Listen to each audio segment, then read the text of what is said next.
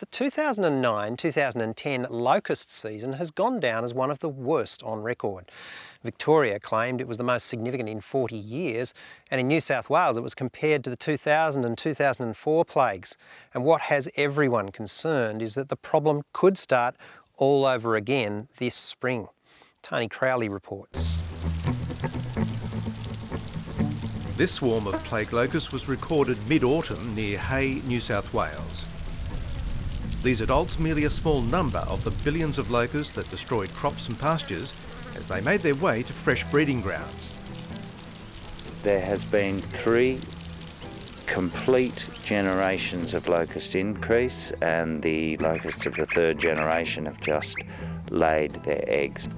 Ted Devison from the Australian Plague Locust Commission and Reg Eade from the New South Wales Livestock Health and Pest Authority are on the hunt for locust egg beds, which become the hatching grounds in spring. But I did a couple of counts there earlier, and there was over 45 eggs per pod. It adds up to a lot of locusts. 1, 2, 3, 4, 5, 6, 7, 8, 9 just in that little area there. At this location in the Riverina, the egg bed covers a huge area. This one here would be the biggest that I've seen laid, anywhere from that 80 acres up to 100 acres of a scattered egg bed. So that's going to mean a huge number of hatchings? It will mean a huge number of hatchings like we saw earlier, 45 eggs to a pod, and in a 2-inch square we had 8 to 9 pods. The bigger picture is even more disturbing. This map shows the extent of plague locust activity in April-May, the darkest shading indicating where they were last swarming. What produced the locust population explosion was a series of good rainfall events through inland Australia, providing ideal conditions for the locusts to be able to migrate across borders. Feeding and breeding on their way.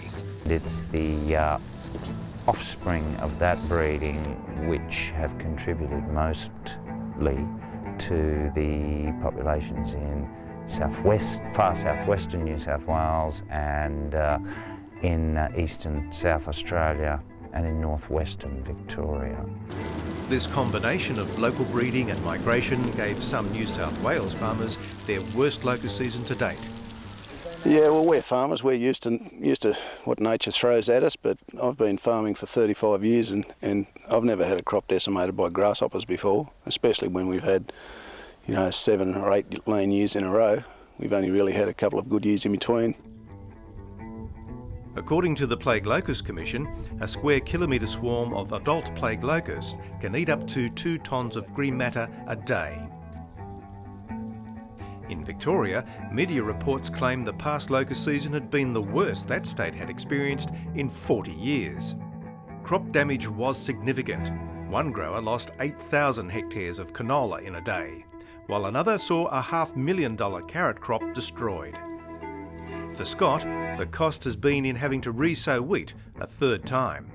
Mainly fuel and seed that has to be used again to re-sow, and labour, but you're probably looking at $50 an acre, which is a fair bit over a couple of thousand acres. And with potentially another bad season to start in spring, landholders need to remember they're the front line in controlling new hatchings. According to law, hatchings must be reported to relevant authorities and control measures undertaken. There's a lot of country that's not covered by a landholder, particularly in the larger pastoral areas. And some will inevitably get to the wing and fly. But that early detection and the control is the key. There will be large numbers of nymphs controlled. The best measure to control is obviously boom control in those early stages. Some crop is damaged from knockdown, from tyre marks. That can be minimal compared to the cost if those locusts were left there for an extended period of time. And critical in early identification and control is good information.